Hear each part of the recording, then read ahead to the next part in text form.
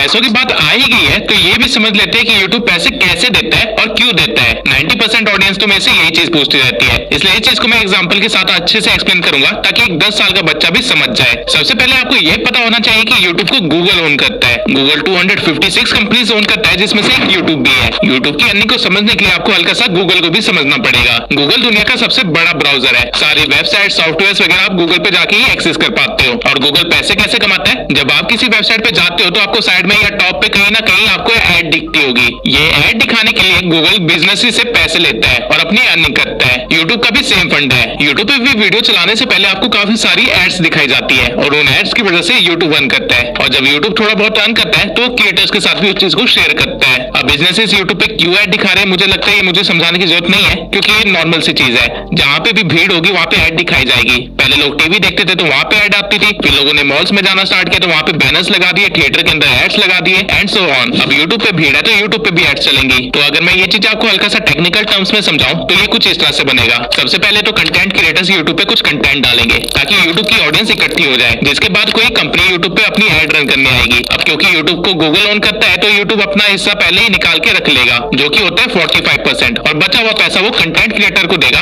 ताकि वो यूट्यूब पे वीडियो डालना बंद ना करे और भीड़ बनी रहे। तो यहाँ से आप ये समझ लो, जिस कंटेंट क्रिएटर के पास जितनी ज्यादा भीड़ होगी, यानी उसकी वीडियो पे जितने ज्यादा व्यूज आ रहे होंगे, जितने ज्यादा लोग उसे देख रहे होंगे, उसकी कमाई भी उतनी ज्यादा होगी। यूट्यूब सब्सक्राइबर्स के बेसिस पे पैसे नहीं देता, बल्कि व्यूज के बेसिस पे पैसे देता है। और क्योंकि गूगल इतनी बड़ी कंपनी है, वो इतना सारा डाटा अकेले मैनेज नहीं कर सकती, इसलिए गूगल ने एक अलग से अकाउंटेंट बैठा रखा है जिसे हम बोलते हैं गूगल एडसेंस। और हमारा सारा हिसाब किताब गूगल एडसेंस में होता है और वहीं से हमको पैसे आते हैं। जब यूट्यूब से पैसे आने लग जाते हैं तो उस चीज को हम यूट्यूब मोनेटाइजेशन बोलते हैं, यानी कि हमारा चैनल मोनेटाइज हो गया, अब उससे पैसे आएंगे। और इसका एक क्राइटेरिया होता है जो कि है 4000 घंटे वॉच आवर और 1000 सब्सक्राइबर्स। जब आपका ये क्राइटेरिया कंप्लीट हो जाता है तब आप मोनेटाइजेशन के लिए अप्लाई कर सकते हैं और आपको पैसे आना स्टार्ट हो जाएंगे अगर आप अप्रूव हो जाते हैं तो। मोनेटाइजेशन के और भी क्राइटेरियाज है, जैसे कि शॉर्ट्स का क्राइटेरिया, लेकिन वो थोड़ा सा मुश्किल है, जिसके बारे में मैं आगे आपको अच्छे से डिटेल में एक्सप्लेन करूंगा। इसके सिवाय जब आप मोनेटाइजेशन के लिए अप्रूव हो जाते हैं तो आपको अपना बैंक अकाउंट लिंक करना होता है गूगल एडसेंस से, ताकि पेमेंट डायरेक्टली आपके बैंक अकाउंट में आ जाए। और ये नॉर्मली महीने के 20 से 25 तारीख के बीच में आपके बैंक अकाउंट में आ जाती है। और कितने पैसे आएंगे ये टोटली इस बात पे डिपेंड करता है कि आपने कितने व्यूज गेन किए हैं। और व्यूज के साथ साथ 2-3 चीजें और होती है जिसपे पैसे कितने आएंगे ये चीज डिपेंड करती है, लेकिन ये चीजें मैं आपको अभी नहीं समझाऊंगा, वीडियो में आगे समझाऊंगा।